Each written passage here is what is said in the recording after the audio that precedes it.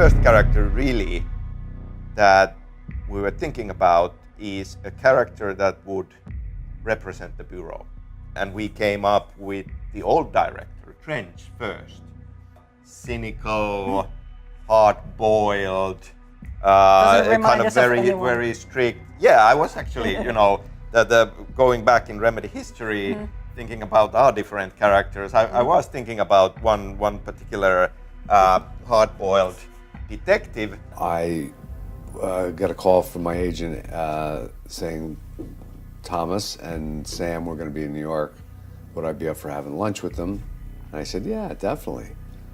So I met with those guys downtown in New York, and we had a nice lunch and a good conversation. Sam was talking about possibly doing something, and would I be interested in working with him? And we said, absolutely. Never thinking it would really happen, and until just before Christmas, my agent called and said, they're thinking about using you in the next video game. Trench, when he was younger, was a man of action. What if this kind of a character is then pushed up the ladder and ends up as the director in a place like this? Has had to make compromises, has had to make questionable choices along the way, and is growing tired. And clearly failing in the sense that when we start the game, something has gone horribly wrong. This guy's kind of a tragic figure, but a powerful one at the same time. And even in his when his spirit comes back, there's still some power there. So it's a very interesting character to play. The approach is just getting as much information from the creatives as possible, and I've gotten a lot so far, and everything we do in there, I get a little more information, a little more ideas of just little nuances of Trench. For Jesse, Trench is very essential because, as the director, there is a history, and there are things that have happened before, and even though she's got her own intuition and things that she's learned up until this point, there is a specific set of, I don't necessarily want to say rules, but ways to abide, to make sure that this oldest house is taken care of in the way that it's supposed to be. There's a lot of layers to him, and he does have his own agenda, which is a lot of fun to play with as well, while giving all the information that I can to Jesse, or eventually that I will to Jesse, but I still have my own agenda, so that there's some mystery there, which every actor appreciates, a little mystery about their character.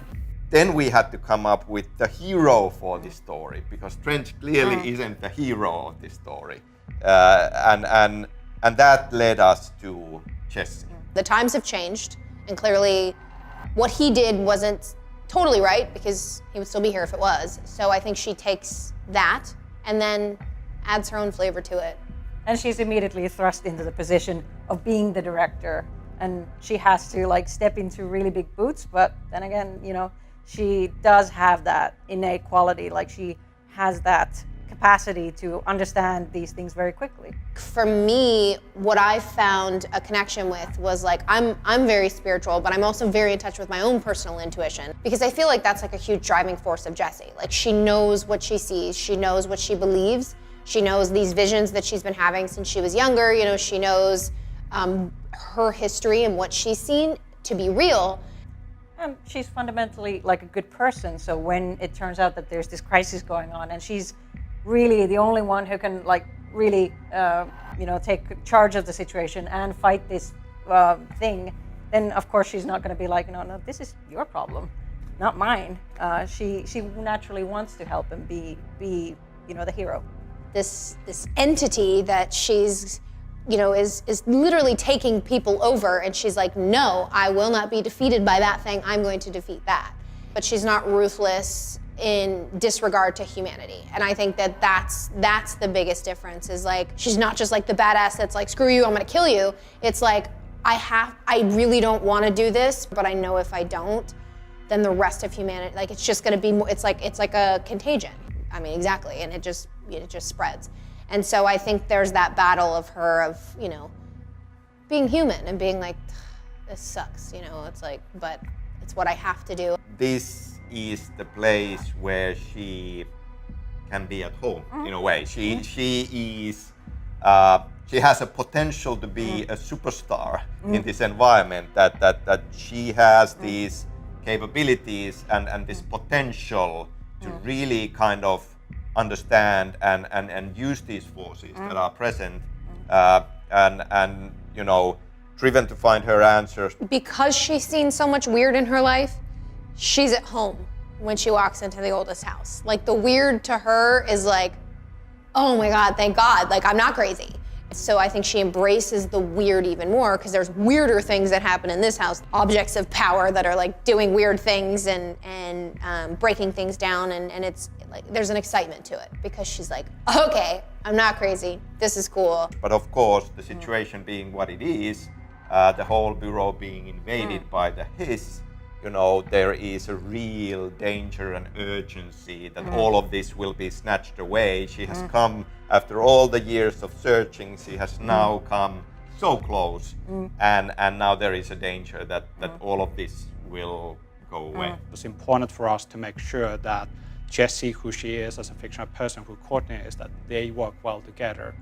And the moment we started to talk with her, she reacted in the best possible way and was immediately eager to jump into it and open a dialogue about how do we make this work, and her participation has been super valuable. Since this is my second time around, I kind of know more about what goes into it, so it's been fun, it's been cool. I feel like it's been a lot more hands-on in like discovering Jessie this time, which was nice. You know, I did my creation work up until this point, and then we got here and it was like, all right, now let's collaborate. It's really important to us that the actress playing a part feels comfortable in that role. And we knew Courtney, and we know that she is a very athletic, physical person. And it was important to us to make sure that the costume outfit takes that into account so that it looks like it's clothing we believe that she could do all those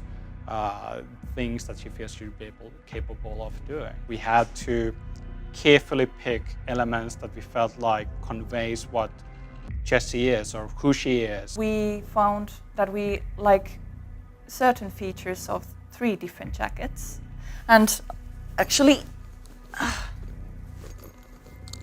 these are the 3. So these were all part of like outfits that we were trying on Courtney.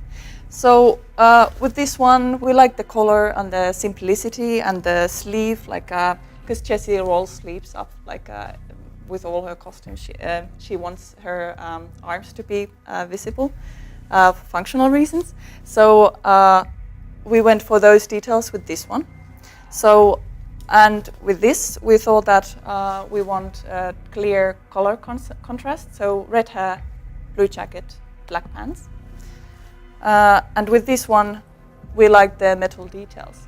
After that, I had to wear it out a little because she hasn't bought it straight from the market. She has been wearing it for like 5 or 10 years. So we wanted it to look a bit like used. So I was like scratching it a little with, how do you call it, sandpaper, to make it a bit like worn out. And then we 3D scanned it in the end. Once we started to create this new IP, like who is a suitable person to be the director in this world, who has that charisma and a kind of tone and style that would be kind of applicable for that kind of role. So Courtney was a great choice for that. Really happy that she is on board and kind of once again making our hero come to reality. It's been cool. Like I really have fallen in love with Jessie a lot. I liked her from the beginning when I first heard who she was, but I feel like I'm falling in love with her more and more every single day.